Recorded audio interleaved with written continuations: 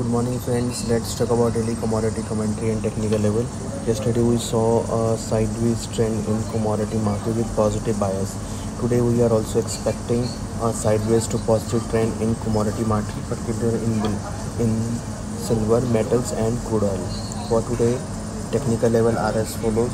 Gold support at 90,957, resistance 96,177, silver support at 93,397, resistance 1,02,001, crude support at 4,950, resistance 5,786, natural gas support 285, resistance 337, copper support 834, resistance 880, zinc support 245, resistance 264, lead support 175, resistance 181, aluminum support 233, resistance 245. For today we are expecting the market may trade with positive bias.